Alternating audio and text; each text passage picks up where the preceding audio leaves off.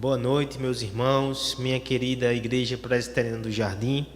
É com alegria que nós desfrutamos de mais um momento na presença dos irmãos, que você possa estar aí na sua casa, com a sua família, no seu computador, no seu celular, mas com o sentimento de que nós estamos unidos através de Cristo para nesse momento aprender mais da sua palavra, da sua vontade para as nossas vidas.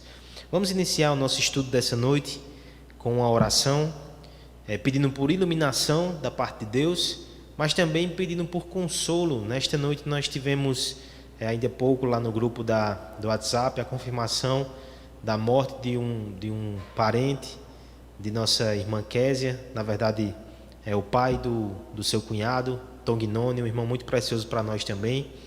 Então vamos orar pela família lutada. Ele já estava um pouco adoentado, faz uma semana nós estávamos orando por ele, mas na sabedoria de Deus, o Senhor entendeu que era tempo de recolher o seu servo. Então sabemos que ele está descansando com o Pai nessa hora e intercedemos pela família, para que possam ser consolados pelo Espírito Santo. Vamos orar então pela família e vamos orar então pedindo pelo momento agora de iluminação, momento de estudo na palavra, para que o Senhor comunique vida aos nossos corações também, por seu Evangelho, pela doutrina tão preciosa do pacto, a doutrina de Cristo. Vamos orar? Pai amado, Pai bendito, nós te agradecemos, Senhor, porque mais uma vez o Senhor nos dá o privilégio de aprender um pouco mais de Ti, Senhor. Peço que acalme os nossos corações e limpe a nossa mente para entender a Tua palavra.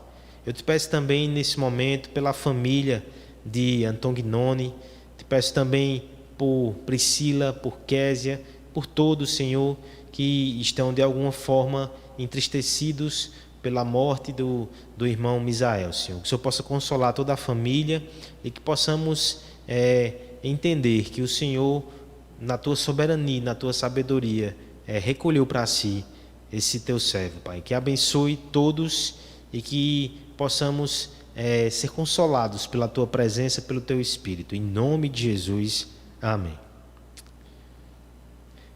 Meus irmãos, nessa noite nós iremos dar continuidade ao estudo sobre o pacto.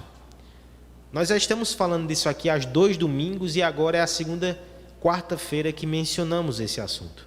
Porque nós entendemos que em momentos como esse que estamos vivendo, nada melhor do que meditar sobre esse assunto que nos enche de segurança. Deus fez um pacto de amor na eternidade e nos incluiu nele. Portanto, ainda que o mundo ao nosso redor apresente angústias e desafios para a nossa alma, nós sabemos em quem temos crido. Nós sabemos que Ele é poderoso para nos manter até o final. Estamos estudando, portanto, essa doutrina tão preciosa.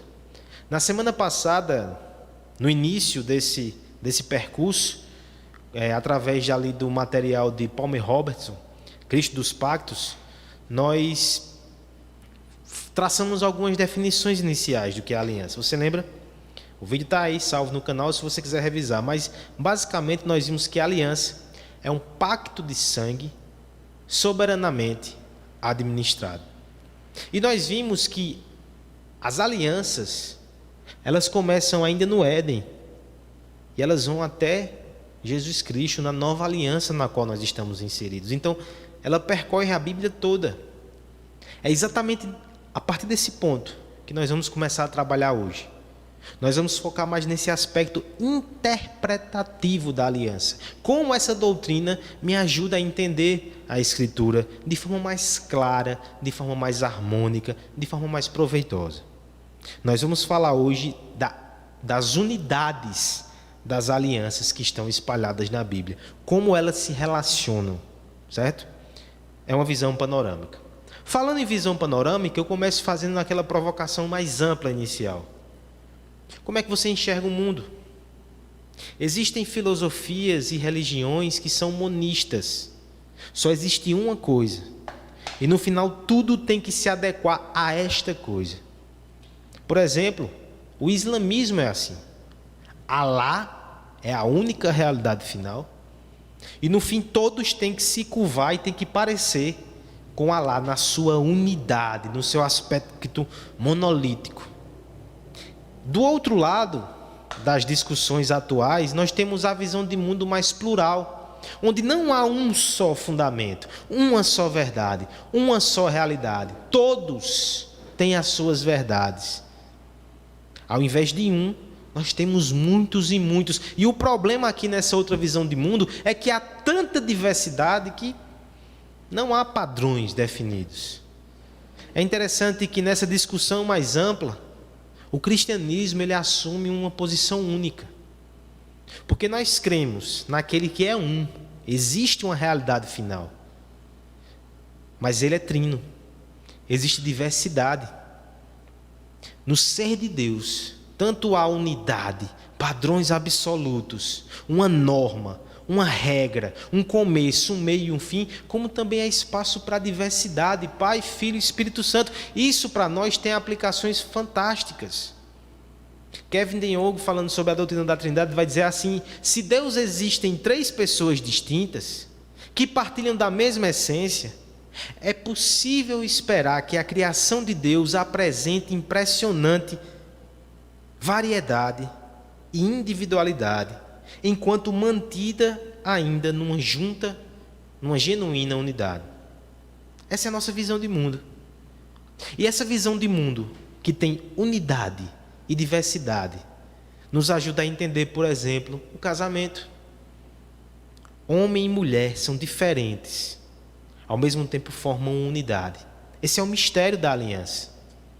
À luz da Trindade a gente consegue entender isso. Homem e mulher não precisam se anular, eles continuam sendo diferentes, mas ao mesmo tempo eles formam uma nova unidade, uma nova família. Veja, por exemplo, esse mesmo princípio aplicado à igreja. Na igreja nós temos pessoas diferentes, condições sociais diferentes, cores diferentes. É um assunto que está bem em alta esses dias, né? Mas todas essas pessoas com histórias, com formações, com experiências diferentes, homens, mulheres, todos eles estão unidos no mesmo Cristo. Diversidade e unidade. Veja como a visão cristã é maravilhosa. Nós não precisamos colocar todos numa forma. Cada um, na sua individualidade, está unido a Cristo e glorifica o nome de Deus de uma forma toda especial. Unidade, diversidade. E aí chegamos na Escritura.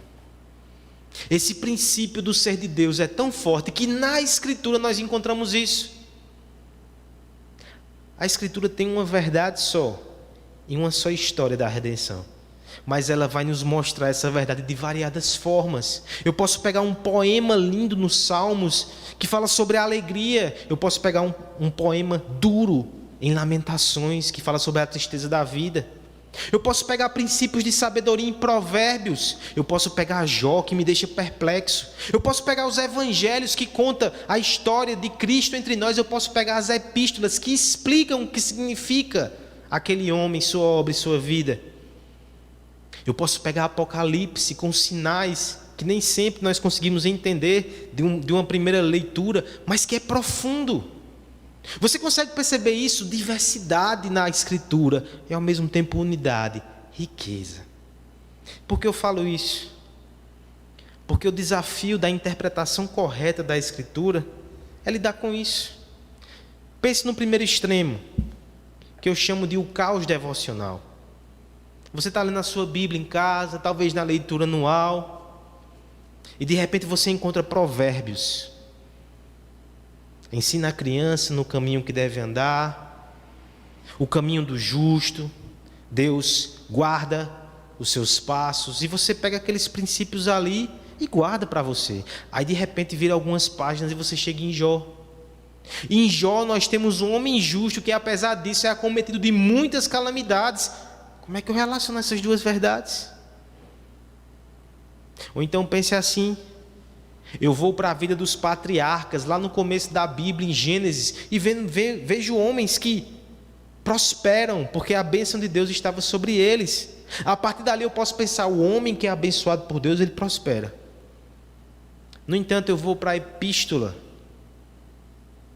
no Novo Testamento, e vejo os apóstolos escrevendo para igrejas que são pobres, e são perseguidas, e mesmo assim são ricas. Como é que eu misturo? Como é que eu entendo tudo isso na cabeça? É interessante, irmãos, que tem uma resposta que nós podemos chamar de mais apressada. É a resposta da teologia sistemática. Que eu pego tópicos da Escritura para tentar explicar essas verdades, e é importante ter esse tipo de pensamento. Mas eu quero chamar a sua atenção hoje para uma proposta que consegue lidar com a unidade e a diversidade dentro da Bíblia. Nós chamamos ela de teologia bíblica, onde eu vou entendendo como cada livro se relaciona com a grande história de Deus. Eu vou um livro atrás do outro, cada momento da história da revelação, eu entendo como a verdade estava sendo desenvolvida naquele momento, e assim eu tenho uma visão mais rica, uma visão mais ampla. Essa é uma das maravilhas, por exemplo, quando a gente pega um texto, um livro, e expõe ele todo. Nós vamos vendo a verdade se desenvolver versículo após versículo. A nossa visão vai ficando ampliada. Nós aprendemos, por exemplo, que Marcos apresenta Jesus sobre um aspecto e Lucas apresenta sobre outro. E essas mensagens são ricas, elas se complementam e elas nos ajudam a entender mais da riqueza da Escritura. Apesar da diversidade, há unidade. Falando sobre unidade, diversidade, interpretação da Bíblia, teologia bíblica, o que é que o pacto tem a ver com isso? A teologia do pacto nos ajuda exatamente a entender a Bíblia como história da redenção. Porque a teologia do pacto nos apresenta esse conceito de revelação progressiva de Deus. No livro de Gênesis, Deus não despejou toda a sua verdade de uma vez. Ele revelou algumas coisas. Ele começa ali com a sua aliança. Mas aí no livro de Êxodo, ele traz mais novidades para a igreja. Ele nos ensina mais coisas. Depois do Pentateuco, vem Josué, vem Juízes, vem Rute. Depois vem os Salmos. Depois vem Davi, a sua trajetória. Depois no Novo Testamento ele envia o seu filho. E numa forma que vai crescendo essa revelação. E quanto mais eu entendo essa revelação que vai crescendo, mais a minha admiração, o meu conhecimento, a minha fé vai crescendo. Revelação progressiva, teologia do pacto, teologia bíblica. Esse autor, Graham Goldsworth, o nome dele é esquisito, é porque ele é australiano. Ele é um dos defensores da teologia bíblica. Eu recomendo todo o material dele. E ele vai nos preparar para o que vamos estudar hoje com a seguinte ideia: as riquezas que existem em Cristo são inesgotáveis. E a teologia bíblica é o caminho para descobri-las.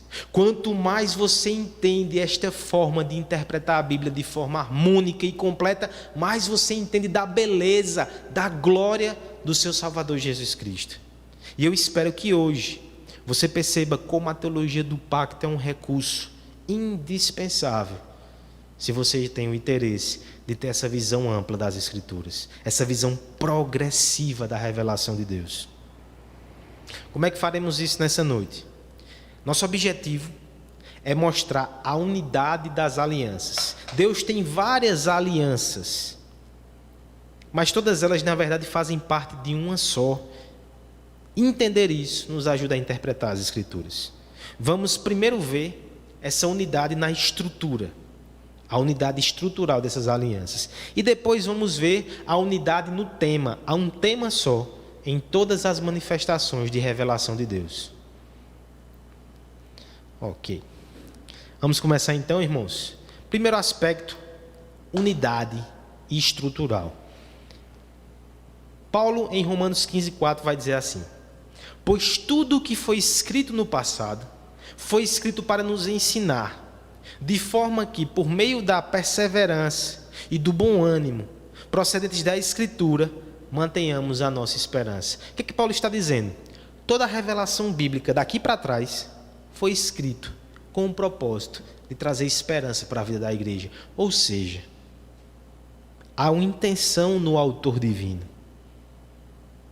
Há uma intenção por trás de toda a história da revelação.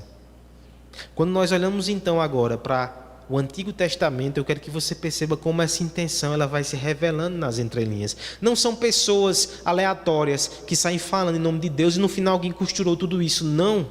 É o próprio Espírito que costura essa história. E nós defenderemos aqui que a linha que ele usa de uma ponta a outra para costurar essa revelação é a teologia do pacto. Vejamos como o pacto nos dá essa estrutura. Na semana passada nós mencionamos alguns deles. E eu quero começar te mostrando como nós temos diferenças gritantes nessas alianças e nas pessoas que faziam parte dela. Por exemplo, na aliança com Abraão nós temos um peregrino, um homem que deixou a sua terra e vaga num lugar que não lhe pertence ainda, é só uma promessa. Ao mesmo tempo, Deus também fez uma aliança com Davi, que era um rei. Davi já tinha a terra para si. Davi já tinha um palácio. Veja que diferença. A aliança com peregrinos e reis. Claro que vai ter diferença nos termos. Deus fez aliança com Noé, um homem solitário. Era ele e a família contra o mundo. O mundo foi condenado pelo dilúvio. Mas Deus também fez aliança com Moisés, o líder de uma nação, um homem que tinha um fardo de carregar todo aquele povo nas suas costas. Situações extremamente diferentes. E lá estavam as alianças de Deus. Deus fez uma aliança com Adão, aquele que trouxe o pecado ao mundo. Mas Deus também fez uma aliança com seu Filho Jesus Cristo, aquele que tirou o pecado do mundo. Quanta diferença. Outras. No Antigo Testamento nós encontramos a aliança muito com essa noção nacional, com a nação de Israel. No Novo Testamento nós já temos uma ênfase, todos os povos da terra. Há diferença? Claro que há diferença. Talvez uma das mais sensíveis. Alguns olham e enxergam no Antigo Testamento a aliança muito focada na lei. E no Novo Testamento, muito focado na promessa ou na graça. Nós vamos falar sobre isso. Mas eu quero que você perceba esse quadro pintado. Quantas diversidades existem aqui. Apesar disso tudo, irmãos, há uma unidade. E essa unidade será vista na estrutura e será vista no tema das alianças. Em primeiro lugar, então, estrutura. Como nós faremos isso nessa noite? Primeiro, nós faremos uma amostragem, certo? Porque se nós fôssemos desenhar essa unidade em todas as alianças, esse vai ser o nosso estudo das próximas semanas. Então o recorte vai ser a aliança com Abraão, Moisés e Davi. Nós vamos estudar a relação dessas três alianças e vamos ver como de uma para outra há continuidade, mas também há progresso, certo? Essas três alianças vão ser o nosso recorte. Qual vai ser o nosso método? Nós vamos olhar, em primeiro lugar, como elas foram estabelecidas. E como o estabelecimento de cada uma dessas alianças pega elemento da anterior. Nós vamos ver também a vida dentro dessa aliança. Aquele recorte histórico ali. Como dentro dessa aliança eles faziam referência às anteriores. E por fim, nós veremos que há um aspecto genealógico. Genealógico que liga todas essas alianças. E um adendo final, a gente não pode passar desse tópico sem falar sobre isso. E quando a Bíblia fala sobre nova aliança, mantém essa relação ainda de continuidade, nós trataremos disso também. Primeiro aspecto, então, nós veremos essa relação na instituição da aliança. O pano de fundo do Êxodo. Vamos pensar o seguinte: Deus instituiu uma aliança com Abraão e confirmou com os seus filhos, Isaque e Jacó. Essa é a primeira etapa da revelação ali nos patriarcas. Depois nós temos o Êxodo. E às vezes na nossa cabeça a gente pode pensar que são histórias separadas. Deus agiu assim numa situação, Deus agiu assim em outra.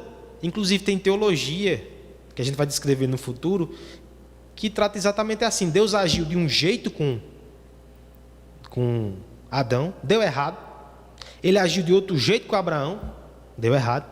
Ele agiu de outro jeito com Moisés, e assim ele vai até chegar em Jesus. Mas perceba, No Êxodo, nós temos a aliança com Abraão no pano de fundo. Esse texto bem conhecido, que nós vamos destrinchar agora, Êxodo 2, 23 a 25, é exatamente o momento em que Deus entra em cena para intervir na história do seu povo. O verso 23 vai dizer: muito tempo depois, morreu o rei do Egito. Os israelitas gemiam e clamavam debaixo da escravidão, e o seu clamor subiu até Deus. Essa é a primeira cena. O povo, oprimido como escravo, clama e geme. Veja que a última cena, é o verso 25, diz que Deus olha para os israelitas, Deus vê a situação dele, e depois disso Deus vai levantar Moisés. Qual é o verso que está exatamente no meio entre o clamor do povo e a ação de Deus para libertar o povo no Egito? Ouviu Deus o lamento deles e lembrou-se da aliança que fizera com Abraão, Isaque e Jacó. Você consegue perceber como estão unidos as duas coisas? A aliança com Moisés, ela está fundamentada na aliança anterior que Deus fez com Abraão, com Isaque e com Jacó. E o Senhor vai deixar isso muito claro no texto seguinte, lá no capítulo 6. Veja só como está muito amarrado. Ele está falando aqui a Moisés e diz assim, capítulo 6, verso 1 até o 8: agora você verá o que farei ao faraó. Por minha mão poderosa ele os deixará ir, por minha mão poderosa ele os expulsará do seu país. Ou seja, essa é a promessa, o Êxodo. Essa é a promessa de redenção. Verso 2 vai botar o primeiro fundamento dessa promessa. Eu sou o Senhor. Esse é o primeiro fundamento. Ou seja, eu tenho poder para fazer. Mas aí há o segundo fundamento, porque uma coisa é ter poder, outra coisa é querer, outra coisa é que seu coração se incline para fazer isso. Aí é que entra em cena a aliança abraâmica. Deus está mostrando a Moisés que ele deve crer que ele vai intervir, primeiro porque ele é Senhor, e em segundo lugar porque ele apareceu a Abraão, a Jacó como Deus Todo-Poderoso, e o Senhor se revelou a eles. Depois estabeleceu com eles uma aliança para dar a terra de Canaã, terra onde viviam como estrangeiros, e agora eu ouvi o lamento dos israelitas. Depois disso, ele vai repetir a promessa. E eu vou destacar só uma pequena frase que ele disse, e eu quero que você guarde essa frase no coração, porque no final ela vai nos ajudar a entender melhor esse pacto. No meio disso, Deus diz que farei o meu povo, deles o meu povo, e serei o Deus de vocês. Essa promessa está aí no coração do Êxodo, do livramento de Deus.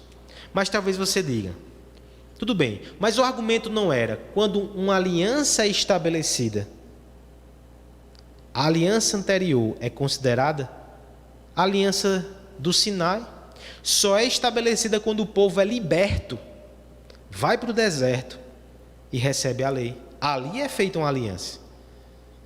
Mas esse padrão na Escritura, muitas vezes a promessa, ela precede a própria instituição da aliança. Eu vou dar somente 3 exemplos. Gênesis capítulo 12, texto muito conhecido. Deus promete bênçãos a Abraão. Mas só em Gênesis capítulo 5 é que nós temos a instituição formal, onde o animal é morto ao meio e a chama de fogo passa entre os animais. Ou seja, a promessa ela veio antes dessa instituição final e formal. Com Davi aconteceu a mesma coisa. Ele foi ungido rei quando ainda era jovem e Saul era vivo. Muitos anos depois é que ele se torna rei, e tantos anos depois de se tornar rei é que finalmente nós temos 2 Samuel 7, o pacto de Deus com ele finalmente toma forma e é instituído. Pensemos no próprio Senhor Jesus Cristo. Ele vem, faz promessas, faz milagres, faz sinais, e somente nos últimos momentos da sua vida é que ele institui a nova aliança ali na ceia. Ou seja, o que eu estou querendo lhe mostrar aqui? Que a instituição, ela só coroa o processo. toda essa intervenção de Deus de libertação já é o processo da aliança sendo formado. E neste processo, a aliança de Abraão estava na mente de Deus e foi revelado a Moisés para que também estivesse na mente do povo. Não é que do nada esse Deus apareceu. Não. Esse Deus já tinha um acerto com a gente. Ele só está revelando que esse pacto é mais profundo. Além da terra, ele também tem libertação para nós. Essa é a nova camada, essa é a nova dimensão. Na própria instituição da lei, nós vamos ver isso. Considere o preâmbulo dos 10 mandamentos. Deus diz que ele os libertou, por isso eles devem obedecer àquelas leis.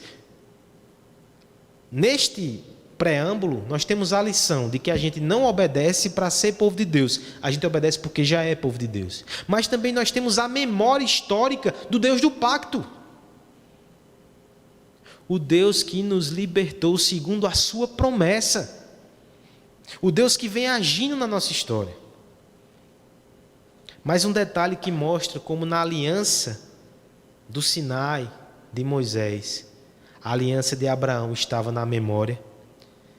No capítulo 24, verso 4, o altar de Deus é descrito. E naquele altar de Deus ia ter uma referência às 12 tribos que representam os 12 filhos de Jacó. Está tudo amarrado. A história de Deus ela vai sendo amarrada pela ideia de que Deus fez uma promessa a Abraão, Deus fez uma promessa a Moisés, Deus fez uma promessa ao seu povo. Nós temos um pacto com ele. Então veja, nós já conectamos aqui Abraão com Moisés. Não são histórias separadas, elas estão amarradas.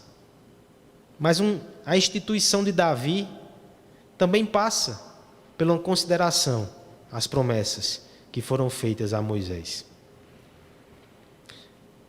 2 Samuel 7, esse texto bem conhecido. Deus manda dizer a Davi o seguinte: você construirá uma casa para que eu more? Não tenho morado em nenhuma casa desde que eu tirei os israelitas do Egito. Tenho ido de uma tenda para outra do tabernáculo. No meio da promessa de Davi, Deus faz com que ele lembre do Egito, que ele lembre do Êxodo, que ele lembre daquele recorte histórico. E depois que ele dá a promessa a Davi, que ele sim vai construir uma casa para Davi, que a sua descendência vai ser eterna, até a aliança que nós estamos trabalhando aqui nos cultos de domingo. Veja só como Davi responde a isso. Depois que recebe essa promessa maravilhosa.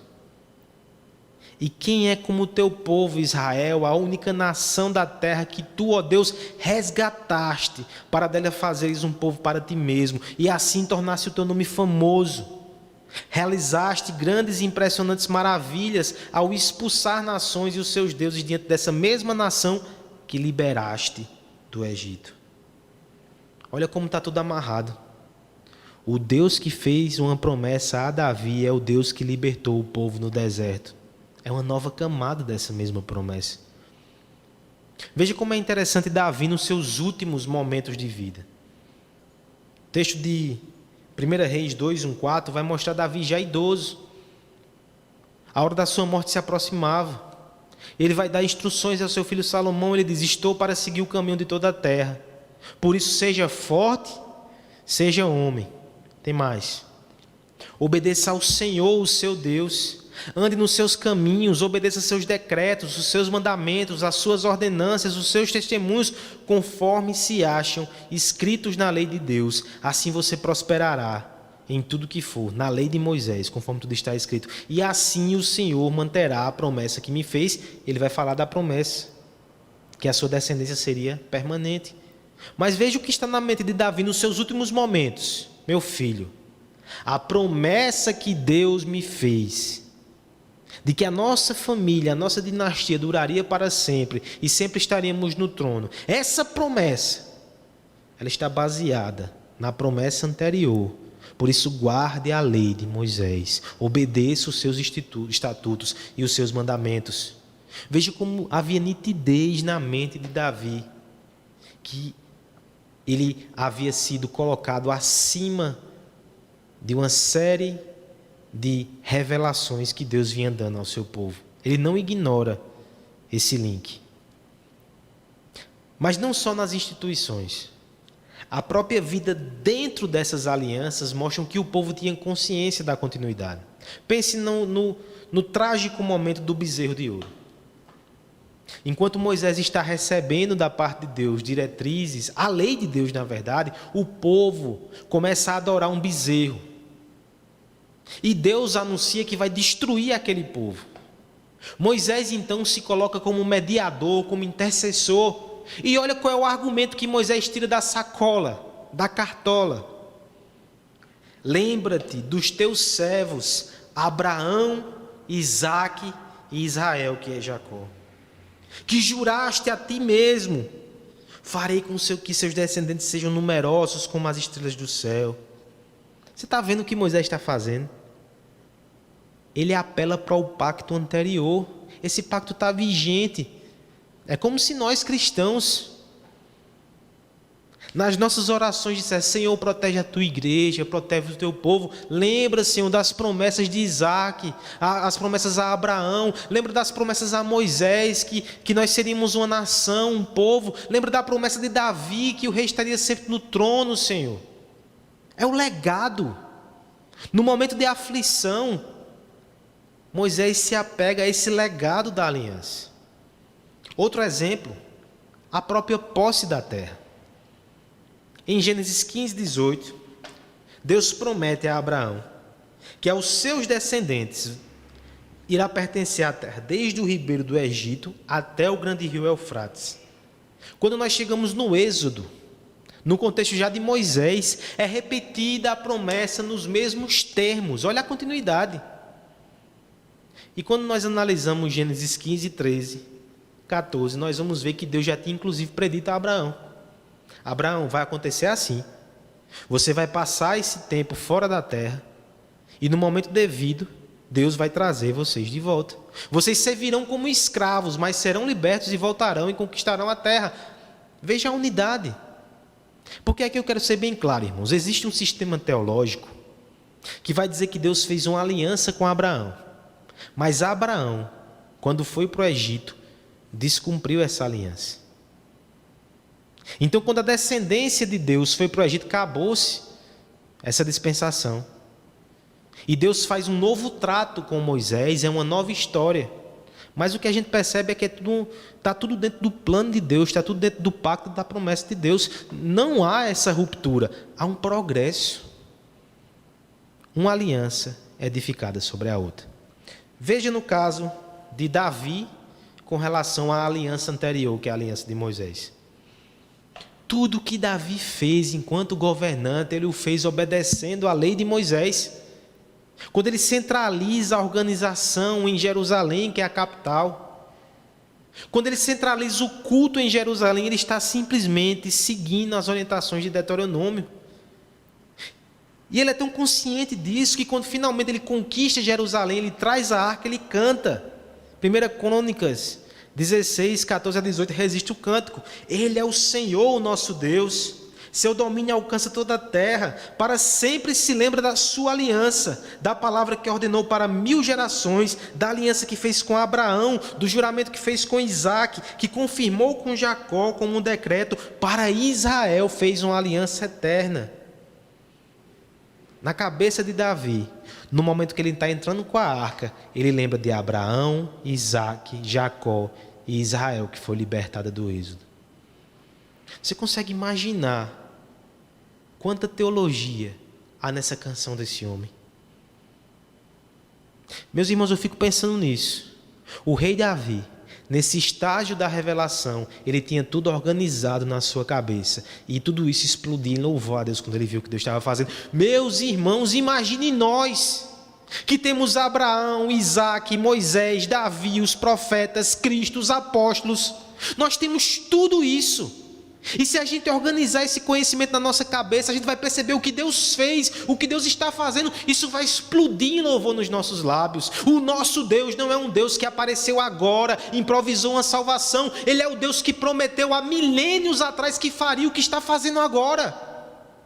Isso deve redundar em confiança e louvor. A nossa aliança é uma aliança que vem desde o Éden. Ela se manifesta de formas diferentes, mas são formas complementares que só revelam mais glória de Deus. Esse conhecimento é maravilhoso. Pense no exílio. O exílio, ele representa essa dinâmica das alianças com a perfeição que só Deus faz. Porque, por um lado, o povo foi expulso da terra porque violou a aliança de Moisés. O Deuteronômio vai dizer que se eles pecassem, derramassem ali a iniquidade naquela terra, eles seriam expulsos. Mas veja que o outro lado, a aliança de Davi diz: eu vou continuar tendo um rei. Mesmo no exílio, a descendência continua, até que um dia venha um filho de Davi, o Senhor Jesus Cristo. Veja as duas realidades. Alianças que se complementam e que se relacionam. O último aspecto dessa continuidade, que eu espero que já esteja bem amarrado no seu coração, como há uma estrutura no Antigo Testamento. Eu fiz só esse exemplo, mas todas as alianças do Antigo Testamento se relacionam uma com a outra. Mas há um aspecto aqui que precisa ser destacado. É o aspecto da genealogia. Olha que texto interessante, está lá em Deuteronômio 5, 2 e 3.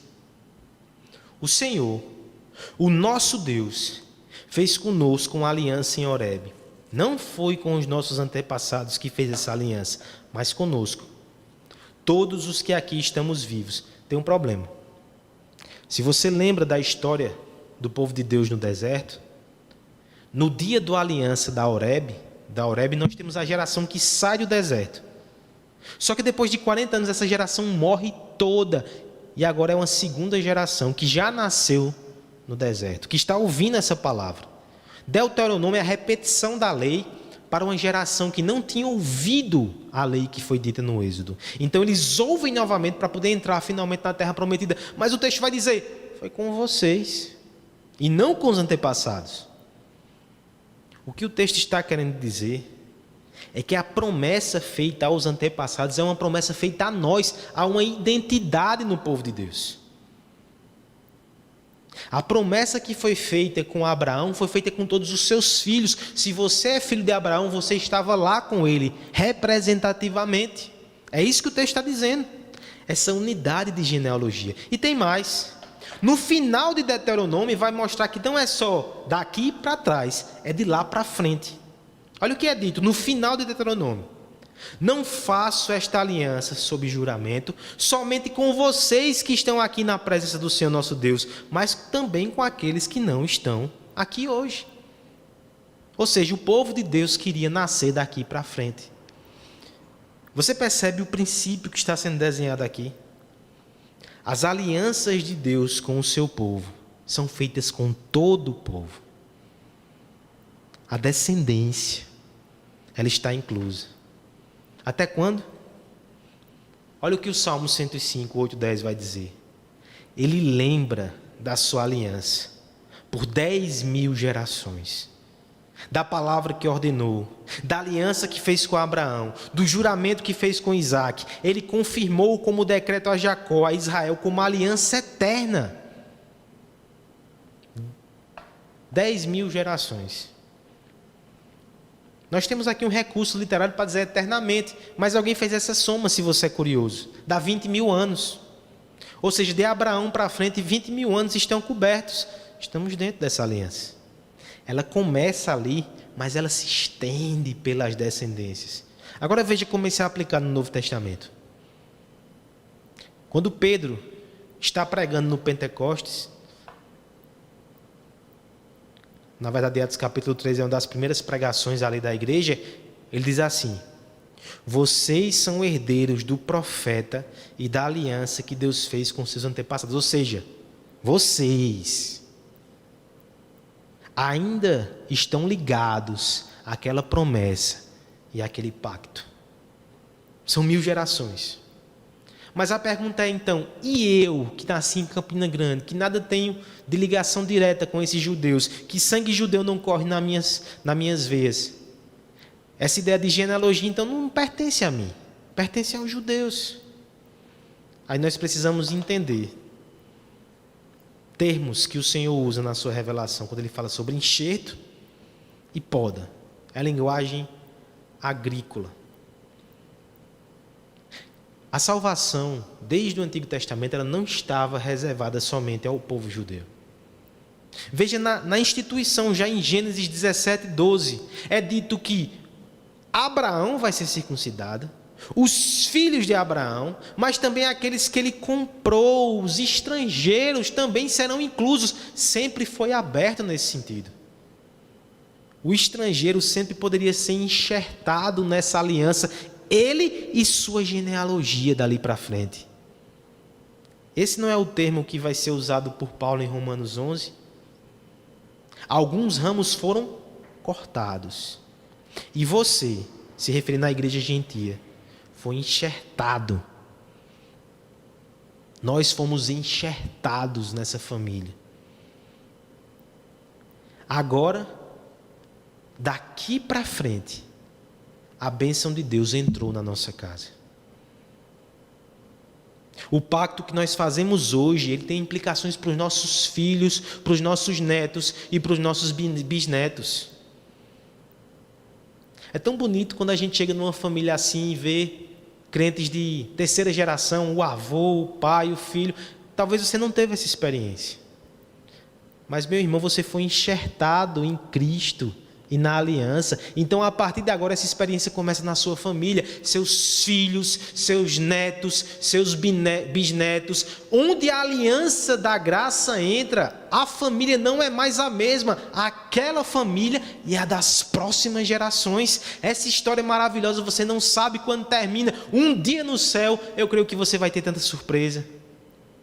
Você, irmão, que está em casa e olha para a sua família ao seu redor e de repente só tem você agora.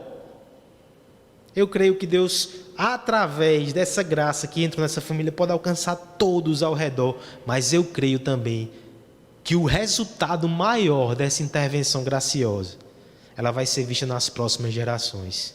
Os filhos da aliança, os netos, bisnetos, tataranetos. Você vai chegar no céu e vai se surpreender com o que Deus fez ao longo das gerações. Ele enxertou a sua família no pacto da graça. Agora você é filho de Abraão. Olha o argumento muito forte em Gálatas 26:29. Todos vocês são filhos de Deus mediante a fé em Cristo Jesus. Pois os que estão em Cristo foram batizados, de Cristo se revestiram. Não há judeu, nem grego, nem escravo, nem livre, homem, mulher, todos são um em Cristo Jesus. E se vocês são de Cristo, são descendência de Abraão e herdeiros segundo a promessa. Leia a história de Abraão. Veja as promessas e os pactos ali, são seus. Veja as promessas e os pactos que estão ali em Moisés, são seus e da sua família, da sua descendência. As promessas maravilhosas feitas a Davi, aquele rei é seu também. Só uma aplicação que eu não poderia deixar de fazer diante disso. Como cresce o povo de Deus? De duas formas, irmãos. Assim como era na antiga aliança, cresce quando filhos nascem. Eles também são povo de Deus. E eles crescem quando a gente alcança o mundo e traz pessoas novas para a fé. A igreja, ela precisa entender essas duas realidades. Quando você tem filhos e a sua família vai crescendo, a igreja também está crescendo. Você prega o evangelho para os de fora e você prega o evangelho para os seus filhos, e assim o reino cresce. E assim as promessas e as alianças passam de geração em geração. Já pensou que momento lindo quando você chega para o seu filho e explica: Galeguinho, sabia que você faz parte de uma aliança com Deus? Talvez o seu filho já seja um pouco mais avançado de idade do que o meu. E talvez ele anda por caminhos rebeldes. Mas como seria importante se você sentasse com ele e dissesse: filho, apesar de tudo, eu ainda creio que você faz parte de uma aliança. Vamos aprender sobre esse Deus juntos. Veja o que Ele já fez na história da redenção e veja como essa redenção chegou à nossa família. Esse é o nosso Deus. Os pactos, eles têm continuidade. Uma última observação nesse aspecto estrutural. A gente já viu aqui que de Abraão para Moisés continua as promessas. De Moisés para Davi continua as promessas. Mas e quando se fala sobre nova aliança? Aí é outra história. As alianças do Antigo Testamento ficaram lá. Nova aliança é outra história. Realmente temos diferenças. Veja, por exemplo, um dos textos mais conhecidos que fala sobre nova aliança é a promessa lá em Jeremias 31. Ele diz assim: estão chegando dias, declara o Senhor, quando farei uma nova aliança com a comunidade de Israel e com a comunidade de Judá. Não será como a aliança que fiz com seus antepassados, quando os tomei pela mão para tirá-los do Egito, porque quebraram a minha aliança, apesar de eu ser o Senhor deles. E nesse texto ele vai dizer várias diferenças. Nós vamos abordar isso num momento específico. Mas sim, há diferenças. O nome nova não é à toa. Mas eu quero destacar nessa noite que também há continuidade. O capítulo 31 de Jeremias, que nós vamos estudar no futuro, ele vai destacar as diferenças.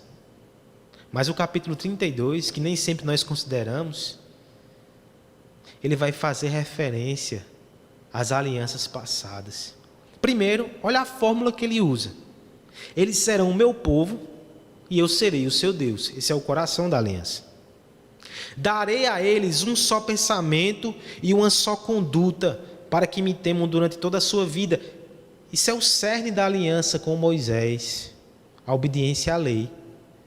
E aqui está dito que isso vai ser cumprido. Pulando para o final, terei a alegria de lhe fazer bem e os plantarei firmemente nessa terra, de todo o meu coração, de toda a minha alma, assim é o que farei. Plantar firmemente nessa terra é a aliança de Abraão. A nova aliança não é ruptura com as promessas anteriores, é cumprimento. É cumprimento. Vejamos outro exemplo onde isso fica mais claro. Ezequiel, falando sobre a nova aliança também, explicando sobre essa aliança que viria em Jesus Cristo. Olha como ele faz referência às alianças anteriores. O meu servo Davi será rei sobre eles, a aliança Davi. E todos eles terão um só pastor. Eles seguirão as minhas leis e terão todo o cuidado de obedecer os meus decretos. Essa é a aliança de Moisés. O povo tem uma lei e deve obedecer essa lei. Eles viverão na terra que dei a meu servo Jacó, a terra onde seus antepassados viveram, a aliança de Abraão. Eles e os seus filhos, e os filhos dos filhos viverão ali para sempre, e meu servo Davi será seu líder para sempre. Promessa de Davi, aliança de Davi. Farei uma aliança de paz com eles, uma aliança eterna. A promessa de Abraão. Eu os firmarei, os multiplicarei e porei meu santuário no meio deles para sempre. Santuário faz parte da promessa do Sinai, quando Deus manda montar um tabernáculo. E o fim, minha morada estará com eles. Eu serei o seu Deus e eles serão o meu povo. Ezequiel 37, 24, 28. Chegará o tempo em que nós estudaremos a nova aliança. Mas eu só quero te mostrar uma coisa. Mesmo na nova aliança que se cumpre em Jesus Cristo, ali está sussurros que foram ditos a Abraão, a Moisés e a Davi, e agora são ditos a nós, na pessoa de Jesus Cristo. Resumindo, isso que nós vimos até agora. Como entender todo esse período gigantesco de história que é o Antigo Testamento? O Antigo Testamento mostra as iniciativas de Deus no estabelecimento de relacionamentos de aliança, e assim é que se estrutura toda a história da redenção.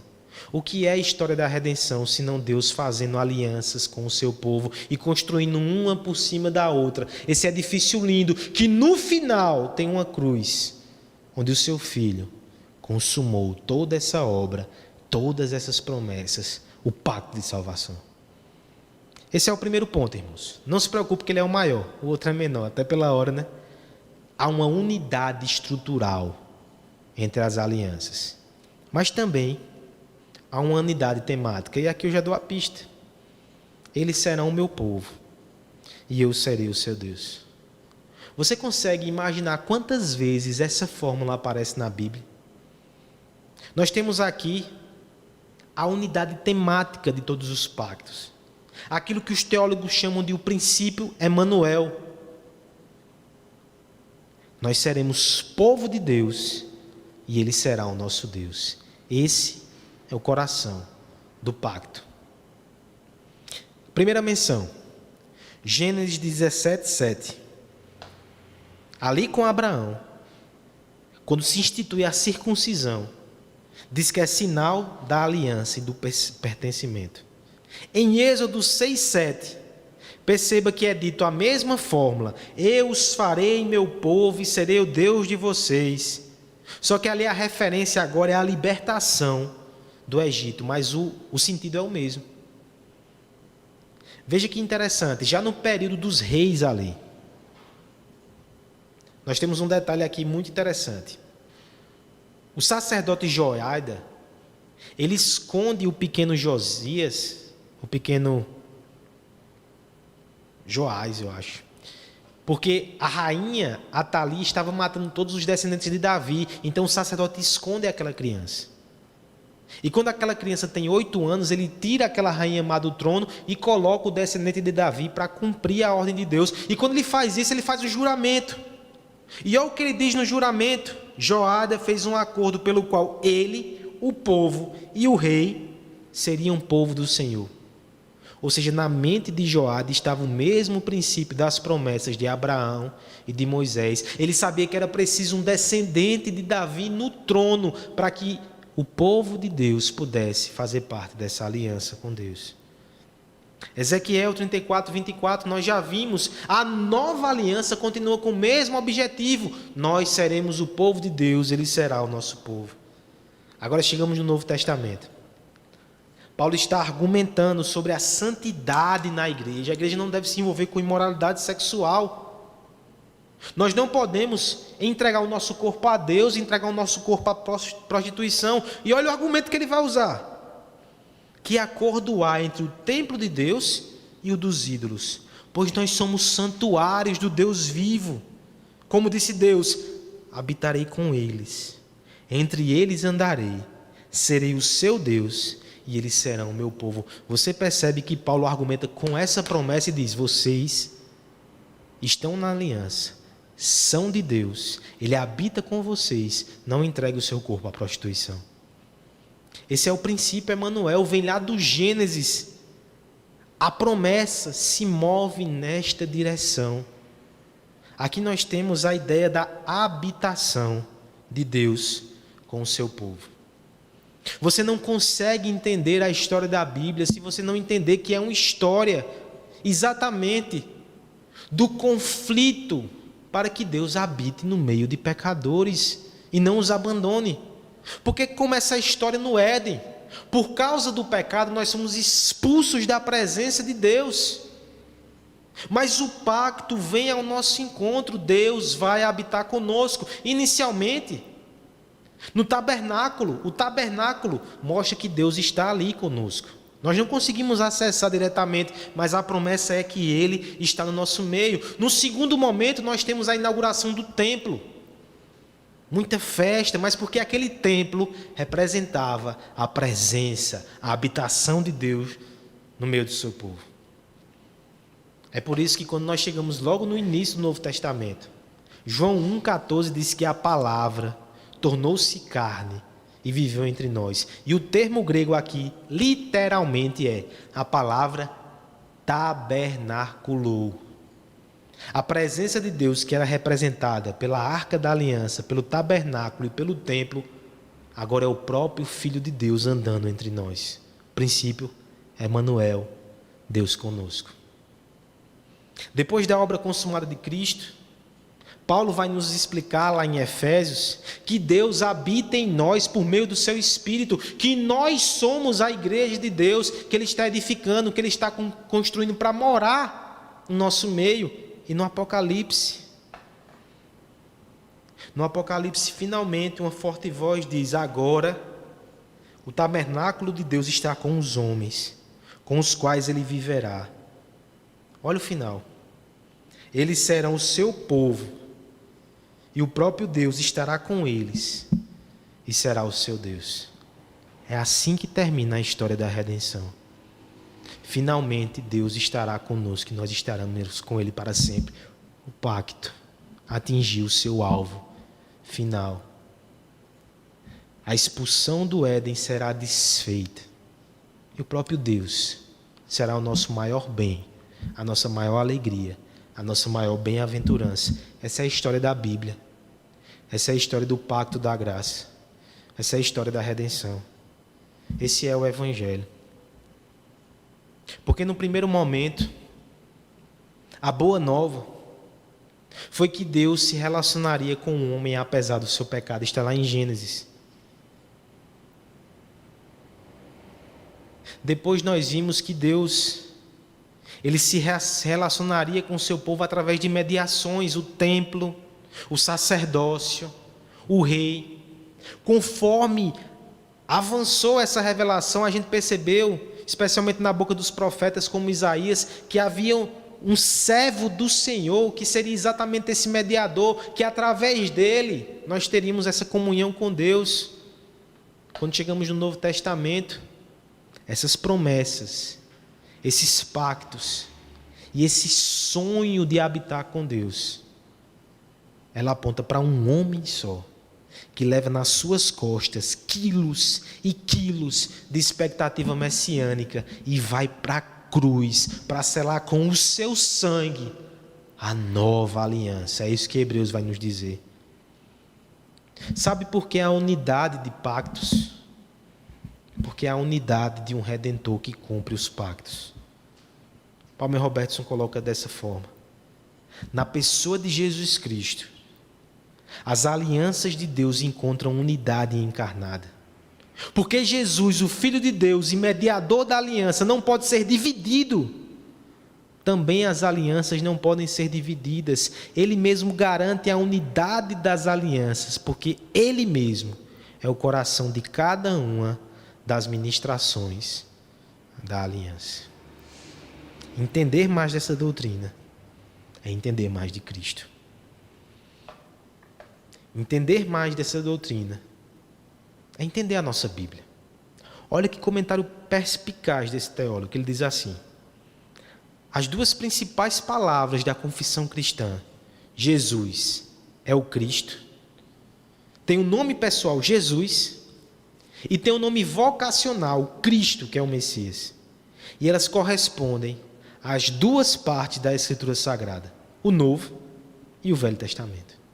O Antigo Testamento nos diz o que é o Cristo: o Rei, o Mediador, o Sacerdote, o Cumpridor das promessas, o tabernáculo de Deus entre os homens. O que é Cristo? É o Velho Testamento que vai ensinar. E o Novo Testamento nos mostra quem Ele é: Jesus. Aquele que acalma a tempestade, aquele que acolhe as crianças, aquele que não esmaga a cana quebrada, que não apaga o fio que fumega, aquele que foi para a cruz em nosso favor, aquele que chorou quando contemplou a morte de seu amigo Lázaro, aquele que o ressuscitou, aquele que consolou os seus discípulos nas suas últimas horas, aquele que intercedeu por pecadores na cruz. O Antigo Testamento nos ensina o que é o Messias. O Novo Testamento nos mostra quem é esse Messias, mas a Bíblia toda fala sobre ele, porque no coração do pacto está o nosso Salvador, Jesus Cristo. Entender a teologia do pacto te faz entender a Escritura, te faz entender Jesus Cristo, te faz entender o Evangelho. Por isso eu termino com uma provocação. Mais uma vez, aquele autor que eu citei no começo, Graham Goldsworthy. Ele tem alguns livros publicados em português. Um deles, muito útil para quem prega, ele mostra como nós podemos pregar Cristo em toda a Bíblia. E ele vai exemplificar em cada tipo de narrativa. Narrativa, salmo, profecia, está tudo lá. E uma das coisas que ele diz, que eu vou encerrar nossa aula com esse dito dele, é o seguinte: mostre-me uma igreja sem uma boa apreciação do Antigo Testamento e da teologia bíblica, eu lhe mostro uma igreja que tem um entendimento fraco do Evangelho. Se você não entender as promessas do Antigo Testamento e como elas se cumprem em Cristo, o seu Evangelho vai ser fraco. Cristo morreu pelos nossos pecados, mas como assim? Cristo morreu para nos aproximar de Deus, mas como assim? Porque a gente não estava perto de Deus. Isso é uma longa história. Fomos expulsos do Éden, mas Deus prometeu um povo a Abraão, Deus nos deu a lei em Moisés, em Davi ele nos prometeu um rei, na nova aliança Cristo consuma tudo isso. É diferente. Nosso evangelho fica mais robusto. Alguns cristãos, eles não têm apreço pelo Antigo Testamento. Fazer isso é não entender bem quem é Cristo. Alguns cristãos interpretam mal o Antigo Testamento, porque interpretam sem Cristo. Mas eu creio que a teologia do pacto vai nos ajudar a entender mais do Antigo, do Novo Testamento, do Evangelho e da glória do nosso amado Redentor. A partir da próxima semana, irmãos, eu prometo que vai ser mais tranquilo, porque essas duas primeiras aulas elas foram mais panorâmicas. Semana que vem a gente vai analisar manifestação da aliança por aliança. Começaremos então no pacto com Adão. Aí calma, a gente vai sentar num texto só e vai estudar somente aquele texto. Mas essas duas aulas são importantes para preparar o teu coração, para que você possa entender bem cada manifestação da aliança, da graça. Se ficou confuso, reveja. Mande um áudio para mim pelo WhatsApp, que a gente tenta destravar aquilo que não ficou claro. Mas eu peço que você prepare o seu coração para aprender mais do pacto da graça e de Cristo nas próximas semanas.